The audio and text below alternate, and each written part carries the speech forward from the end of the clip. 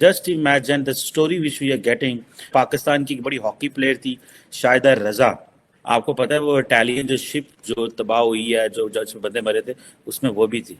एक खातून शाहिदा रजा पाकिस्तान से क्यों निकली और क्यों वो शिप में बैठी? जो शिप इटली जा रहा था इलीगल, इसमें कोई शक ही नहीं है, कोई दो राय नहीं है कि हमने पाकिस्तान को देखे तो सबसे ज्यादा क्या मशहूर है टेररिज्म के लिए। हम दिखाए के लिए टेररिज्म के लिए नहीं, टेररिज्म के लिए। वो चाहे तो ये सब रोक दे, नॉन स्टेट एक्टर्स को कंट्रोल करे, लेकिन रियलाइज तो सर अभी भी नहीं कर रहे। सर ये कभी रियलाइज नहीं करेंगे। उसका रीजन है सर, इन्होंने अपनी कौम को ये बता रखा है कि तुम सबसे अजीम कौम हो।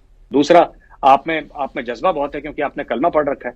सारी दुनिया हमसे इसलिए डरती है क्योंकि हम में जज्बा है। ये मुझे एक बात नहीं समझ में आती सर, अगर इतना जज्बा है तो कर्ज क्यों लेते हो? तो ये जज्बा सिर्फ भीख मांगने के लिए है। ये जा रहे हैं IMF के पास कि हमें पैसा दे दो। और ये सब तमाम कड़ी शराइत पर अमल दरामद हमने कर लिया है, पेट्रोलियम लीवी बढ़ा ली है, GST बढ़ा लिया है, बिजली महंगी कर ली है, तो उसके बावजूद भी बात कोई बनती नजर नहीं आ रही है। 45.2% महंगाई चल रही है रूरल एरिया में, देहाती एरियाज में खाने की। वो पहले ही गरीब मरे हुए हैं, वो 45% महंगाई और अभी बढ़नी है। मालिक साहब, मुझे पाकिस्तान की किस्मत पर रोना आ रहा है। Imagine the story which we are getting. Pakistan की एक बड़ी हॉकी प्लेयर थी शाहिदा रजा, बड़ी जबरदस्त हॉकी प्लेयर थी। आपको पता है वो इटालियन जो शिप जो तबाह हुई है, जो जो बंदे मरे थे उसमें वो भी थी। एक खातून शाहिदा रजा पाकिस्तान से क्यों निकली और क्यों वो शिप में बैठी? शायद पहले भी खवातीन जो हैं वो पहुंची होंगी पाकिस्तान से वाया ईरान, टर्की से आगे यूरोप पहुंची होंगी, मुझे नहीं पता। ये मेरे लिए that was the first news for me. ये पाकिस्तान हॉकी फेडरेशन जो है उसने ये कहा है कि हम कंडोलेंसेस देते हैं कि हमारी जो एक खिलाड़ी थी वो जो शिप इटली जा रहा था इलीगल उसमें थी। मतलब कमाल नहीं हो गया यार। और उधर भारत में क्या बात हो रही है, डॉक्टर जयशंकर और सारे लोग जो जापानीज, ऑस्ट्रेलियंस और अमेरिकन जो थे उन्होंने बात की। वो कहा जा रहा है कि 200 वंदे भारत ट्रेन जो हैं उसका वो रशिया के साथ कोई कंसोर्शियम हुआ है और वो इंडियन रुपी में शायद रशिया को पैसे देंगे और वो ट्रेन बनाएंगे। अभी गर्मी आ रही है, बिजली नहीं है, पेट्रोल बाहर से मंगवा रहे हैं और उधर वो कह रहे हैं जनाब वैसे 300 एकड़ दे रहे हैं एप्पल बनाना, आईफोन बनाना, लाओ 1 लाख नौकरी क्रिएट करा। अब ये आप देख लें मुझे कि वहाँ पे क्या हो रहा है और हमारे यहाँ क्या हो रहा है। मुझे ऐसे लगता है कि ये हम भी कर सकते हैं, ये बहुत कुछ हो सकता है पाकिस्तान में। पाकिस्तान कोई कमज़ोर मुल्क नहीं है, अवाम में ये नहीं कि जान नहीं है, सब कुछ है। उसके लिए हाल है सारे मिल के बैठें, सोचें, अपने आप को एक स्टेप पीछे करें, अपनी ईगो को एक स्टेप पीछे करें। इमरान खान, नवाज शरीफ, आसिफ जरदारी, फौज, मीडिया, सारे एक स्टेप पीछे होकर सोचो। ये जा रहे हैं IMF के पास कि हमें पैसा दे दो। It's not a classic commercial bank, it's an institution. IMF क्या करता है? पैसे देता है।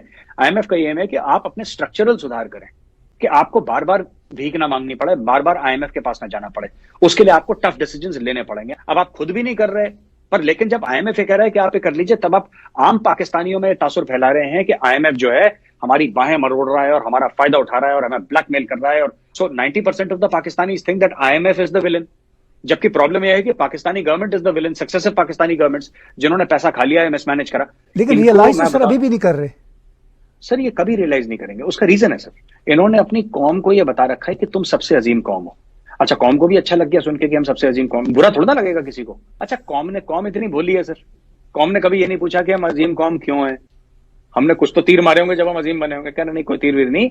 देखिए ऐसा है कि 2 चीजें हैं, एक तो आपके पास एटम बम है, दूसरा आप में जज्बा बहुत है क्योंकि आपने कलमा पढ़ रखा है।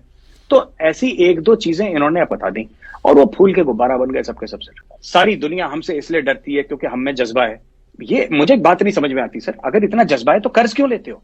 तो ये जज्बा सिर्फ भीख मांगने के लिए है कि जज्बा कुछ अच्छे काम के लिए भी है? नहीं, लोग हमसे डरते हैं क्योंकि हमें इतना जज्बा है, हम लोगों को मार काट देंगे। फिर ये सवाल भी पूछते हैं कि पता नहीं क्यों गूगल का CEO इंडियन क्यों लगाए। ओ भाई, उसमें कोई जज्बा नहीं है, ठीक है, वो नॉर्मल आदमी है, पढ़ता लिखता है, इसलिए पहुंच गया। इसी में हम में बहुत जज्बा है, हम अजीम कौम है, हमारे पास बम है, बस यही चीज सर ये लूप में चलती रहती है। एक खबर आज चली है एक्सप्रेस ट्रिब्यून में कि इस साल जो है 22 अरब डॉलर्स आपने देने अगले 12 महीनों में, ये सिर्फ एक पेमेंट है। और उन्होंने कुछ फिगर्स कोट किए। उन्होंने कहा जी पाकिस्तान को अगले 5 साल तक 2027 तक करीबन हर साल $35 बिलियन चाहिए अपनी ऑब्लिगेशंस मीट करने के लिए। और ये जो $22 अरब की मैं बात कर रहा हूँ, कहाँ से देंगे, क्या होगा? हाल ये है कि जो हमारे फाइनेंस मिनिस्टर साहब हैं, जब उनसे पूछा जाए तो वो कोई दिलासा या कोई बात करने के बजाय वो 100 मील घंटे की रफ्तार से रिपोर्टर्स को डिस करके गाड़ी में बैठ जाते हैं। उसको अब मैं डेटा देख रहा था और ये सरकारी डेटा है, जो फूड इन्फ्लेशन है, खाने पीने की महंगाई है, 45.2% महंगाई चल रही है रूरल एरिया में, देहाती एरियाज में खाने की। वो पहले ही गरीब मरे हुए हैं, वो 45% महंगाई और अभी बढ़नी है। शहबाज साहब, क्या प्लान है कोई गवर्नमेंट के पास? जो शहबाज का जुमला मेरे दिमाग से नहीं निकल रहा। इकोनॉमी जा रही है 5 मील की रफ्तार से, फाइनेंस मिनिस्टर चल रहे हैं 100 मील की रफ्तार से, जवाब तो कोई मिलता नहीं है हमें।